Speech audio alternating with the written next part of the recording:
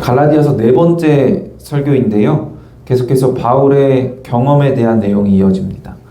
지난주에 나눈 말씀은 바울이 바나바와 함께 디도를 데리고 예루살렘으로 가서 베드로를 비롯한 사도들을 만난 내용이었는데요. 이번 주의 말씀은 배경이 예루살렘에서 안디옥으로 바뀝니다. 이번에는 베드로가 바울이 있는 안디옥으로 왔을 때 있었던 사건인데, 베드로가 외식을 해서 바울이 베드로를 책망한 사건입니다. 베드로가 안디옥에서 이방인 그리스도인들과 함께 식사를 하고 교제를 하다가 본문에는 할례자들로 표현된 유대주의자들이 오니까 식사의 자리를 떠나게 됩니다. 사도행전 10장 28절을 보면 당시에 유대인이 이방인과 함께 교제하는 것은 위법이었다라고 합니다. 그런데 베드로는 하나님이 보여주신 환상을 통해서 하나님께서 깨끗하게 하신 것을 내가 속되다 하지 말라라는 말씀을 듣고 이방인 고넬료를 만나서 세례를 주고, 하나님이 사람의 외모를 보지 않으신다는 것, 유대인이냐 이방인이냐가 중요하지 않다는 것을 깨닫게 됐어요. 그리고 예수 그리스도의 복음을 베드로가 잘 알고 있었기 때문에 이방인 사역을 하는 바울과 바나바와 친교회의 악수도 하는 거죠. 그래서 안디옥까지 베드로가 가서 이방인들과 교제도 하고자 했던 것인데, 막상 할례자들을 만나게 되니까 이방인들과 교제하는 것에 대해서 그들이 문제 삼을까봐 두려워서 자리를 피하게 됐던 겁니다. 성경은 베드로의 이 행동에 대해서 베드로가 외식했다고 지적합니다. 이 외식은 겉과 속이 다른 위선이라는 뜻입니다. 또 겉으로만 꾸며서 체면을 세운다라는 뜻이기도 합니다. 속으로는 유대주의자들의 법이 틀렸다는 것을 아는데 겉으로는 유대주의자들의 법을 잘 지키는 사람처럼 보이려고 자리를 피했던 거예요. 그러니까 이 겉과 속이 다른 체면을 세우는 외식은 결국에 사람을 의식하는 겁니다. 갈라디아서 2장에 나오는 베드로의 외식을 보면 이 사람을 의식하는 외식에 두 가지 성격이 나타납니다. 하나는 누구나 외식의 유혹에 쉽게 빠질 수 있다는 겁니다. 외식의 유혹에 빠진 이 베드로가 누굽니까? 예수님의 12제자 중에 리더의 역할을 했던 사람이에요. 예수님의 사역을 가장 가까이서 지켜보고 잠시나마 무리를 걸었던 사람이기도 합니다. 예수님을 3번이나 부인하고 마는 실패를 경험하기도 했지만 예수님이 직접 그를 찾아와 주셔서 용서해 주시고 또 위로해 주셔서 오히려 그 실패를 통해서 예수님의 사랑을 더욱 깊이 깨닫고 더 성숙할 수 있었던 그런 베드로였습니다. 그래서 예루살렘 교회의 지도자로서 사역을 잘 감당하고 있었고, 유대인 교회의 지도자였지만 이방인들을 향한 하나님의 마음 또한 잘 알고 있는 그런 사람이었습니다. 이런 베드로조차 너무나 쉽게 외식의 유혹에 빠진 것을 보면 누구나 외식의 유혹에 쉽게 빠질 수 있다는 것을 우리는 알 수 있습니다. 또 하나는 외식은 전염성이 커서 다른 사람들까지 외식하게 한다는 겁니다. 본문 12절, 13절 같이 한번 다시 읽어볼까요? 그가 할례자들을 두려워하여 떠나 물러가매 남은 유대인들도 그와 같이 외식함으로 바나바도 그들의 외식에 유혹되었느니라. 베드로가 외식의 유혹에 빠져서 식사 자리를 떠나니까 남은 유대인들도 그 유혹에 빠져서 물러나게 되고, 심지어 바나바까지도 외식의 유혹에 빠지게 됩니다. 유대교회 지도자인 베드로가 유혹에 빠지니까 다른 유대인들도 같이 유혹에 빠진 것은 어찌 보면 당연할 수도 있는데요, 바나바까지 유혹에 빠진 것은 의미심장합니다. 바나바는 유대인이긴 하지만 바울과 함께 이방인들을 위한 사역을 하는 사람이었잖아요. 이방인과 교제하면 안 된다는 유대인의 법이 잘못됐다는 것을 누구보다 더 잘 알고 있고, 실제로 늘 이방인과 함께하는 이방인 교회를 섬기는 사람이었어요. 그리고 그 안디옥 교회에서 파송이 되어서 처음 보는 이방인들을 만나서 복음을 전하는 선교사였습니다. 그런 바나바까지도 베드로가 외식의 유혹에 빠지니까 전염이 되어서 같이 외식의 유혹에 빠지게 된 거예요. 그만큼 외식은 전염성이 강하다는 것을 보여줍니다. 외식은 사람을 의식하는 것이기 때문에 사람 간의 관계에 있는 유혹이기 때문에 주변 사람의 영향을 크게 받을 수밖에 없는 겁니다. 그렇다면 왜 사람은 이 외식의 유혹에 빠지게 되는 걸까요? 사람을 두려워하기 때문에 그렇습니다. 본문 12절 하반절 다시 읽어볼까요? 그가 할례자들을 두려워하여 떠나 물러가매. 베드로가 이방인과의 식사 자리를 떠나게 된 것은 할례자들을, 그 사람들을 두려워했기 때문입니다. 베드로가 이방인들과 식사를 하는 것이 위법이라고 생각해서 자리를 피한 것이 아니었어요. 베드로는 복음은 민족이나 유대인의 법에 매이지 않는다는 것을 잘 알고 있었습니다. 단지 할례자들이, 그 사람들이 문제를 삼을까 봐 사람을 의식해서 자리를 피한 겁니다.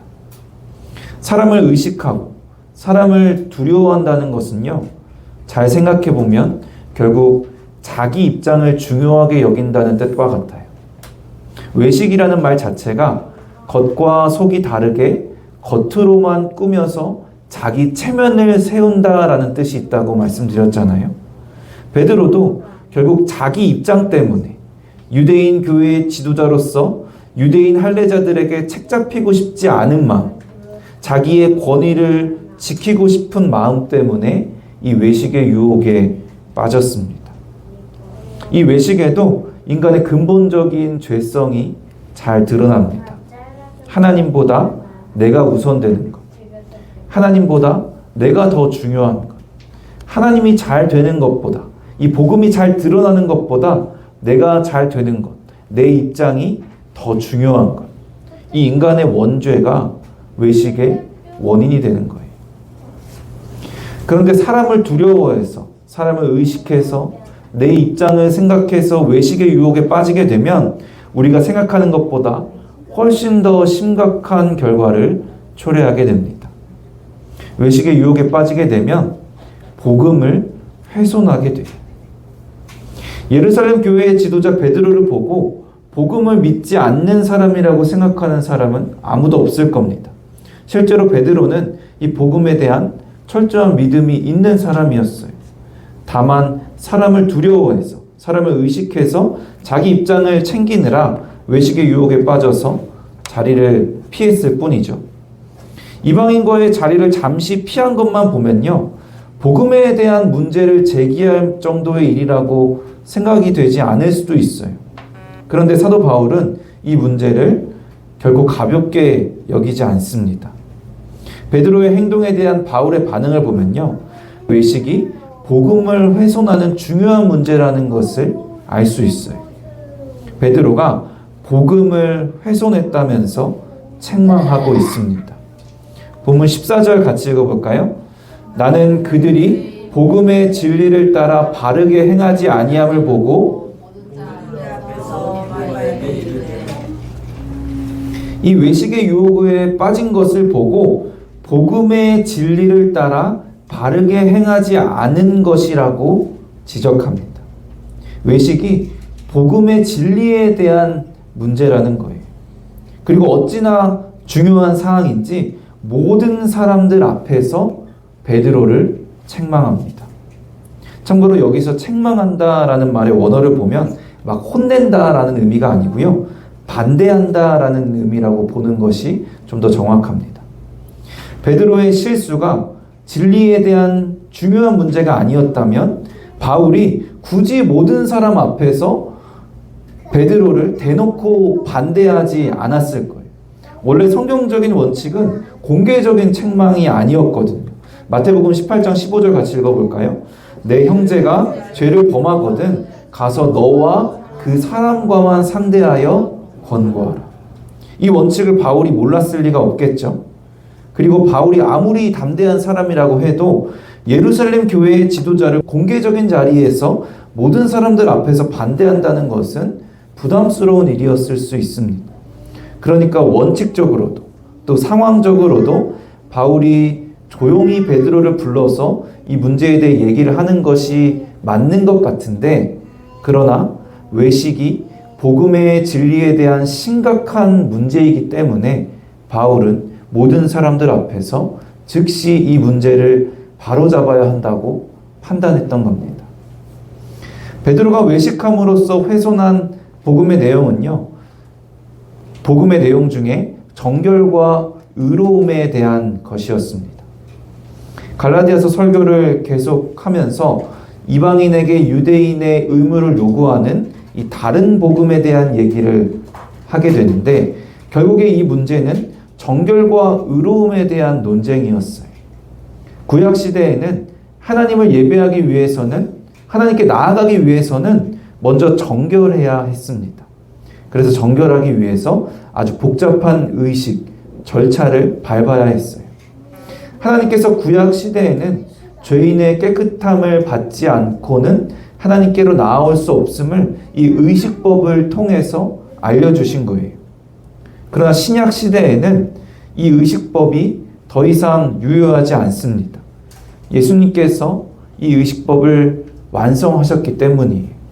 예수님께서 우리의 죄값을 다 치르시고 예수님의 의로 우리를 덮어주셔서 우리를 의롭다 여겨주시고 예수님을 통해서 우리를 하나님의 자녀로 삼아주셨고 우리 안에 성령 하나님을 주셨습니다. 이것이 복음의 내용이에요. 이 복음에는 정결과 의로움에 있어서 민족이나 율법적 의식, 사람의 존재나 노력이 전혀 의미가 없습니다. 오직 예수 그리스도로 인해서 우리는 정결함과 의로움을 얻습니다. 그런데 베드로가 외식의 유혹에 빠지게 되면서 이 복음의 내용, 정결과 의로움에 대한 복음의 내용을 훼손해버리게 되는 거예요. 복음을 믿는 베드로 자신도 외식으로 인해 시작된 그 죄가 점점 더 자라나서 복음의 내용에 대해 확신하지 못하고 오해하게 될 수도 있습니다.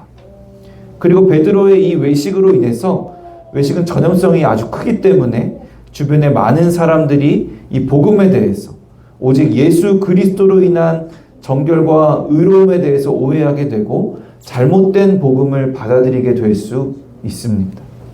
그래서 바울은 모든 사람들 앞에서 이 복음의 내용에 대해서, 예수 그리스도로 인한 정결과 의로움에 대해서 아주 강력하게 역설합니다. 본문 16절 같이 다시 읽어볼까요?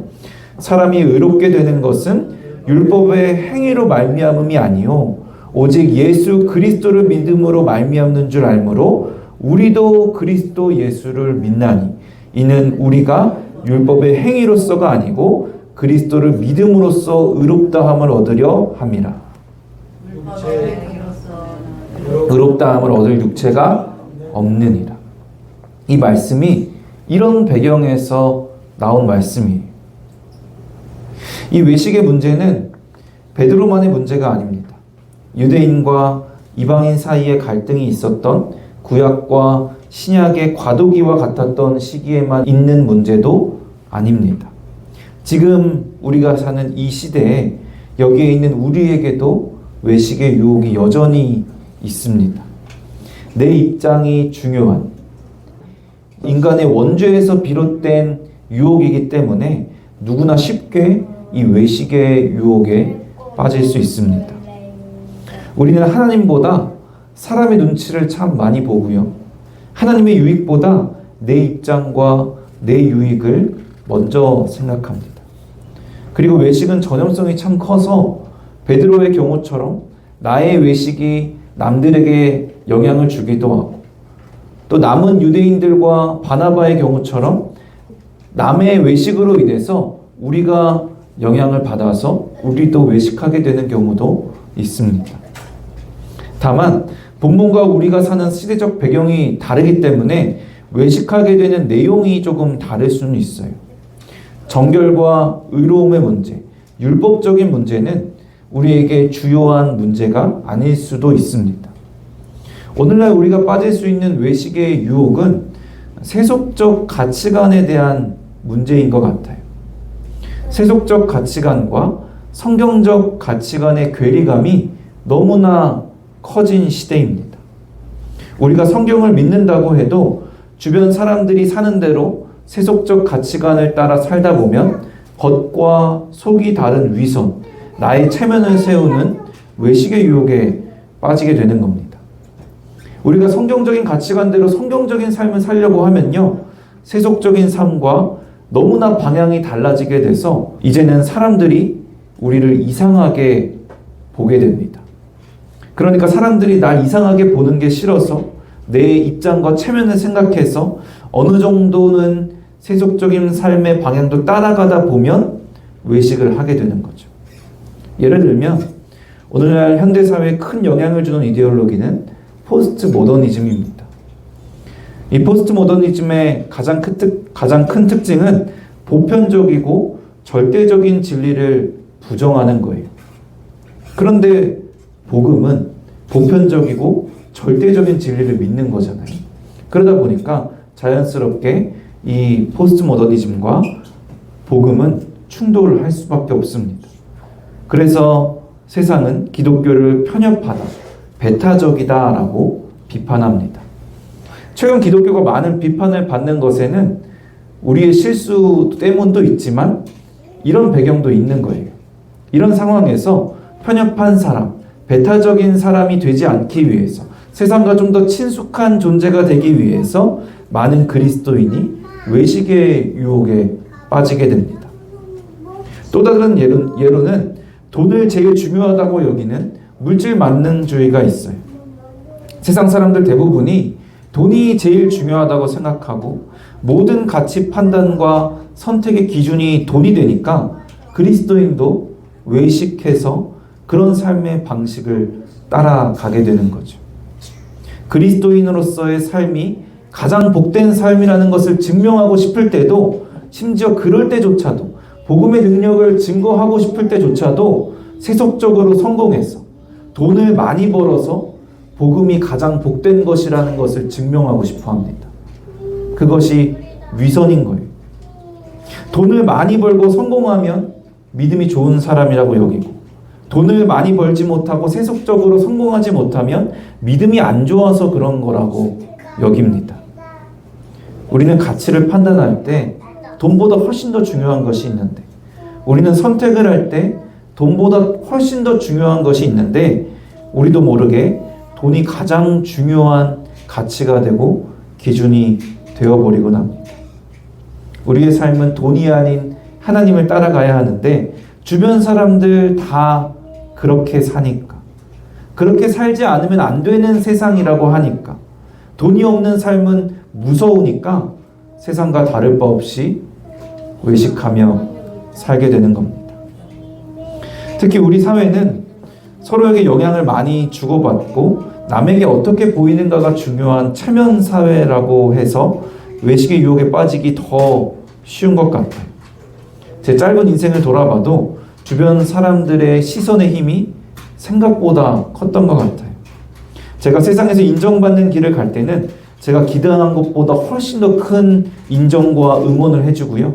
제가 세상에서 인정받지 못하는, 세상과 다른 길을 갈 때는요, 제가 생각한 것보다 훨씬 더 큰 의심과 비난을 해주었어요. 어찌 보면 인생의 사소한 결정들일 수도 있는 일들에 대해서도 사람들의 시선은 참 크고 두렵게 느껴지기도 합니다. 하물며 우리의 인생의 삶의 방향을 아예 결정하는 그리스도인으로서 삶을 산다는 것은 세상 사람들에게 엄청난 의심의 눈초리를 받는 참 두려운 일이 될 수도 있습니다. 그리스도인다운 그리스도인으로 살아갈 때 세상 사람들의 눈초리는 더욱더 따가워지고 더욱더 세상 사람들에게 인정받는 일은 어려워질 겁니다. 그래서 외식의 유혹이 더욱더 커지는 세상인 것 같아요. 그러나 우리는 사람들의 시선을 견뎌야 합니다. 이런 외식의 유혹에서 벗어나야 합니다. 왜냐하면 정말 무서운 것은요, 우리의 이런 외식이 우리가 믿는 복음을 훼손하기 때문입니다. 우리가 복음을 믿는 사람이라고 할지라도 외식의 유혹에 빠질 때 복음을 훼손하는 사람이 되어 있을 수 있습니다. 예를 들어서 편협하고 배타적인 사람이 되지 않기 위해서 외식을 하게 되면요, 오직 예수라는 복음의 핵심을 부정하게 되는 거예요. 세상 사람들이 사는 방식대로 돈을 쫓아 살며 외식을 하게 되면 하나님과 돈을 동시에 사랑하고 섬길 수 없다는 하나님의 말씀을 지키지 못하게 되는 겁니다.